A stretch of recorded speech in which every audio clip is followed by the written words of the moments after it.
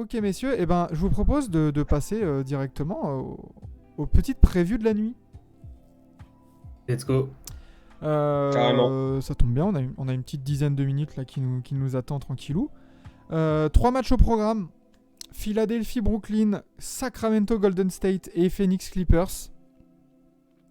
Messieurs, quel est le match qui vous intéresse le plus? Définitivement le dernier. Phoenix Clippers? Ah ouais. Moi, c'est la série qui me fait le plus bander là depuis le début de ces playoffs. Vraiment les deuxièmes matchs, les deux premiers matchs, j'ai pris mon pied. Attention, hein, Cleveland-New York, c'est quelque chose de très très sérieux aussi. Et il y a quand même la hype du retour de Sacramento Ouais, en, en playoff. en playoff qui fait que les séries Kings-Warriors, voilà. Mais ce Suns Clippers, vraiment de match d'échecs entre les deux coachs, d'énormes points aussi, des perfs individuels, voilà. Euh, Fait que ouais, c'est vraiment la série moi que je préfère sur ce premier tour. Et donc du coup, forcément, pour rien au monde, on louperait le match 3 de cette Ok. série et le retour à Los Angeles. Pour Bajiru aussi, c'est le retour à Los Angeles justement et Phoenix. On verra après sur nos pronostics, hein, sur les pronostics des 3 matchs. Il y a Kilak qui nous met vive l'Est. Bah écoute. Mais de toute façon, les playoffs cette année, ils sont cool à suivre à l'Est et à l'Ouest. Juste qu'il y a moins de suspense sur le premier tour, à part Knicks. Ouais. Et encore. Et, ouais.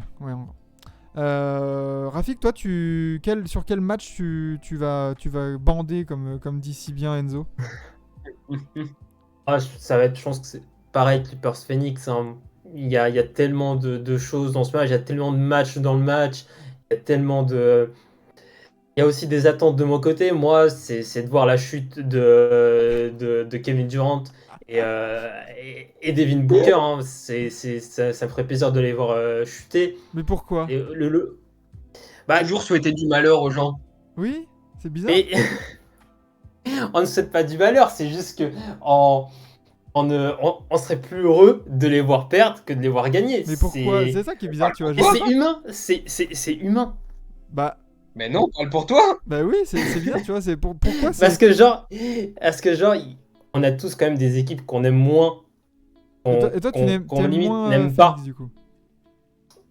Moi je n'aime pas les Suns. D'accord. J'ai jamais aimé cette franchise. C'est pas la franchise que je déteste le plus, mais c'est une franchise que j'aime pas. Et ouais, après, il y a ce match dans le match, hein, Kevin KD contre Russell Westbrook. Enfin, quand je dis match dans le match, pas en termes de talent, hein, clairement, mais genre, on sait Oui, très bien la Ouais, petite histoire. les antécédents entre les deux.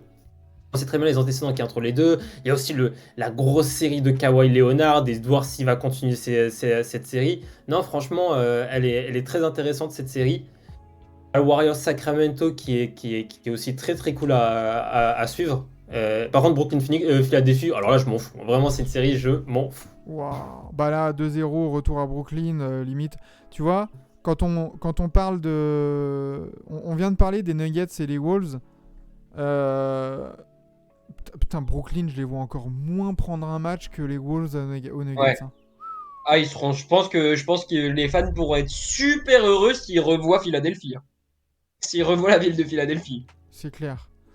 Parce que là, vraiment, Brooklyn, bon, on en avait parlé hein, dans des playoff talks, mais il y a vraiment ce plafond de verre où il manque une superstar. Il manque un mec, un patron en fait dans cette équipe.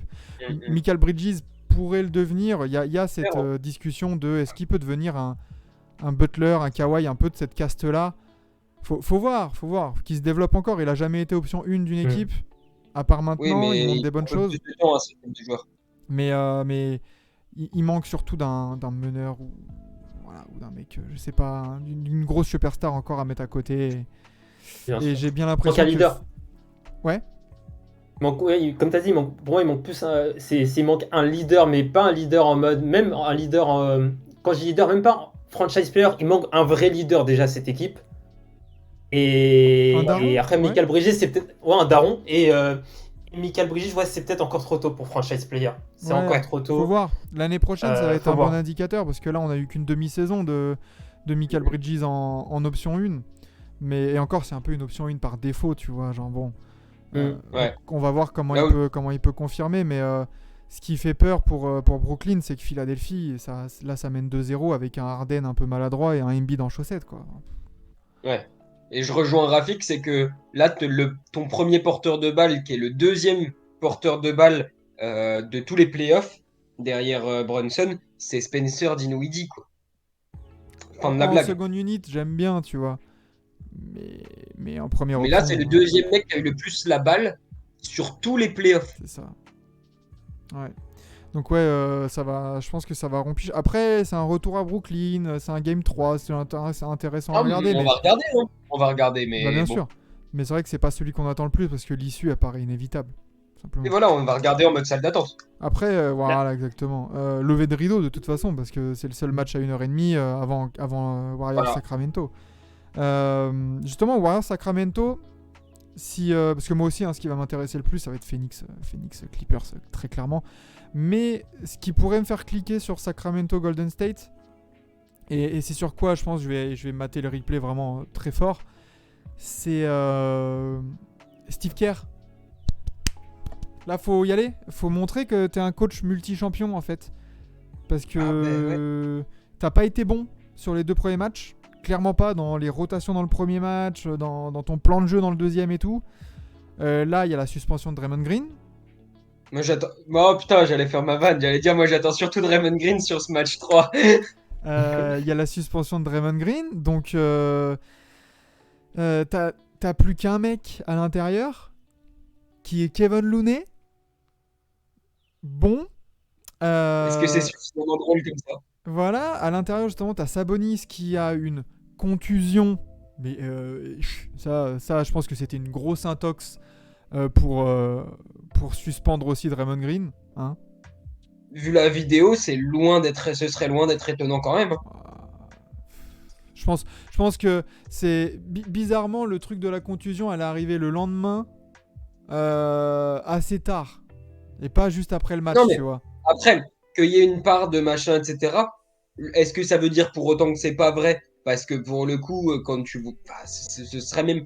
L'inverse m'aurait étonné, en fait. Ouais, je pense qu'il y a eu un peu d'intox aussi pour avoir une Et bien sûr suspension. qu'il y a de l'impact, c'est de la politique, ça pour le coup, toutes Bien les sûr. franchises Mais le ça, font. mais Et voilà. ils ont eu totalement raison, très, très clairement. Hein. Mais quand tu vois, quand tu vois qu'il y a Shams et Le Vosges qui sortent que it is unlikely que Draymond soit suspendu, bizarrement, t'as un injury report qui sort et quelques heures après, bah finalement il y a un match de suspension. Alors, je sais pas si ce qui est sorti en interne à la NBA, c'est sorti avant, mais par contre, dans l'ordre de publication, de ce qui a été public, notamment sur Twitter, sur Ouais. tout ça, etc., l'annonce de suspension de Draymond sort avant l'annonce de la contusion de Sabonis. Ouais. Bon, on verra, mais du coup voilà, le fait est que Draymond n'est pas là. De toute façon, mérité ou pas, selon votre avis et tout ça, de toute manière, voilà, c'est fait, on pourra rien y changer. Là, ouais, j'attends Steve Kerr parce que il va falloir s'adapter et c'est là où on va voir s'il peut encore être dans le coup le papy, parce que là, t'es face à un coach rookie malgré tout, même si c'est le coach de l'année, même s'il connaît ta maison, tu dois savoir t'adapter. Et puis j'attends un Curry incandescent. Bordel. On sait que le copain, il peut être très chaud. Ah ouais, vas-y, prends tes responsabilités, Ah merde. ouais, mais vas-y, prends 50 tirs. S'en fout, s'en fout. Mais vas-y, fais une Kobe, s'en fout. Là, faut qu'il y ait un peu d'orgueil chez ces Warriors. J'ai l'impression pour l'instant, il manque encore ce supplément d'âme, en fait, qu'on avait dans le strength in numbers, tu vois. Là, j'ai l'impression qu'on est plus en mode, on est les divas de la NBA, on est les champions, on est les patrons. Mais on l'a vu toute la saison. Hein. Voilà, je vois pas pourquoi ça nous étonne en fait. Alors, tout le monde était là en mode non, ils vont d'un coup, ils vont changer en playoff. C'est pas comme ça que ça marche. Ouais. Moi, je suis d'accord sur ce qui est dit. C'est vrai que quand même les certitudes se font en régulière et que on est plus proche du mythe du on-off. Genre le mode playoff et le mode saison régulière, on est plus proche du mythe que d'une réalité. Mais quand même, je m'attendais à ce que les Warriors step up un petit peu sans non plus confirmer cette légende. Oui, Et, mais ça aurait jamais suffi face au niveau qu'on voit, qu'on voit affiché par leurs concurrents. Je parle pas forcément de c'est vrai. Sacramento là, hein, Et, mais c'est vrai que les Kings sont bons quand même. C'est vrai Après, que les oui. Kings sont vraiment bons. Après, c'est vrai que à leur décharge, s'il y a une équipe qui pouvait se targuer d'avoir un mode on-off, c'est eux. Exactement. Tu vois, c'est pour ça que pour moi, on est proche. C'est un mythe, ce truc-là. Mais c'est vrai que les Warriors, c'est un peu c'est un peu l'équipe actuelle qui déroge un peu à cette règle. Qui, quand même, on sent qu'elle peut. Elle a un peu un mode playoff où elle commence à moi, mieux défendre. Elle commence à prendre beaucoup plus de rebonds. bah du coup apparemment non. Non. Et là, Si, non. il y a Clairement. une différence là, les 2 matchs à Sacramento dans l'intensité et Bien tout sûr, ça, il y a bien une sûr. différence Il par y a rapport à la il y a une régulière. différence d'intensité à ce moment-là de toutes les équipes. Toutes les équipes ont monté en intensité, c'est normal pour le Non, coup. mais du coup, c'était Mais quand même, le c'était quand mode même une playoff, il y en a pas eu. interrogation Et, concernant ces Warriors qui était dégueulasse à l'extérieur. Finalement, tu t'en sors avec des matchs serrés que tu perds au finish. Mais bon, ça arrive à des gens bien hein, de perdre à Sacramento, surtout avec l'ambiance qu'il y avait là, c'était n'importe quoi. et perdre dans le clutch face à des Aaron Fox, ça aussi, c'est arrivé à des gens bien cette année. Exactement. Enfin, voilà, c'est. Va falloir voir ça. Old Human, Sacramento est la meilleure équipe à l'extérieur. Golden State à Aïe, domicile, aïe. c'est pas mal aussi. Hein.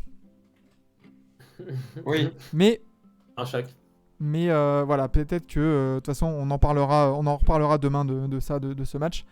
Vos pronostics, messieurs, sur les matchs. Rafik, je te donne la main. De toute façon, on n'a pas de pression vu la performance de Logdin sur la première soirée NBA. Franchement, on peut tout dire maintenant. Oh, je pense Philadelphie 3-0, à Golden State 2-1, enfin, qui prend son premier game, donc ça fait Sacramento 2-1. Et allez, je vais dire Clippers 2-1. Parce que je le veux. Les Clippers qui gagnent à domicile, le game 3, ok. Ouais. Enzo? Sixers, Warriors, Suns. D'accord, ok. Je préférerais que ce soit les Clippers, hein, mais Sixers, Warriors, Suns. Et je pense que je vais être comme Enzo. Je vais faire Philadelphie, Kings et Suns. Avec cette fois-ci... Alors du coup, on a nos résultats comme ça. Votre MVP de la soirée? La dernière fois, il y a 2 jours, j'avais annoncé Booker qui a terminé justement MVP avec les 38 points.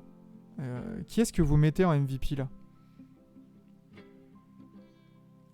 Rafik? Steph Curry. Ah, j'ai envie de mettre un Kawhi. Kawhi, je sens qu'il peut sortir un gros game ce soir. Kawhi pour Bajirus Sports Mediamac. Qui Murray? Murray? Qui gagne Murray? Il y a un Attends. Oui, c'est pour ce soir. Pas pour la nuit précédente. Ah, mais après, peut-être, on voit ce soir qui gagne Murray. J'hésite entre 38 Steph et points. KD. T'hésites entre qui? Steph et KD, mais je vais dire Steph.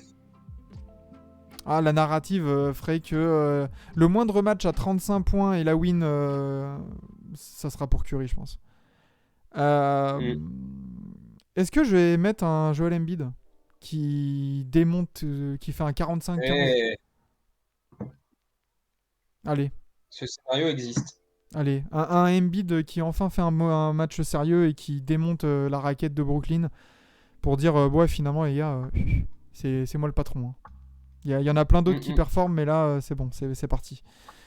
Donc on verra. C'est aussi arrivé à des gens bien de se faire défoncer par. Ah bah oulala, Embiid. oui, oula. Mais voilà, on verra du coup demain après-midi du coup qui aura raison. Yes. Le truc c'est que Joël a pas besoin par rapport aux autres. Oui, c'est vrai. Mais j'avais envie d'être un peu exotique par rapport à Steph, Kawhi, KD, tout ça. Je me suis dit allez, on va essayer d'aller autre part. Mais voilà, donc du coup on verra si demain on a eu raison.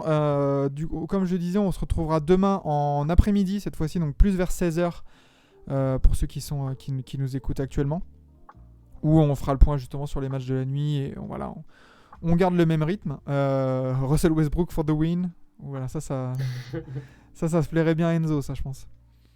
Let's go. Mais voilà, on se retrouvera demain. Merci Rafik, merci Enzo d'avoir été là ce soir. Pas de souci. Encore une fois, très Merci à toi. intéressant. Avec plaisir. Ouais. Avec plaisir. Demain, vous aurez du coup. Alors, déjà, la preview sera en ligne sur YouTube là, ce soir. Je vais la mettre directement maintenant. Et demain, les trois autres replays. Bonne soirée à vous tous. Bonne nuit à vous. On se retrouve du coup demain après-midi pour une nouvelle session des Playoff Talk. Et puis voilà, qui fait bien. On continue les playoffs. Salut à tous, merci à tous ceux qui sont passés, à tous ceux qui ont renouvelé leur abonnement, qui ont follow, qui nous soutiennent au quotidien, ça fait toujours plaisir. Et on espère que ça vous plaît. Bisous bisous. Encore merci à Rafik et Enzo. Et à la prochaine. Ciao.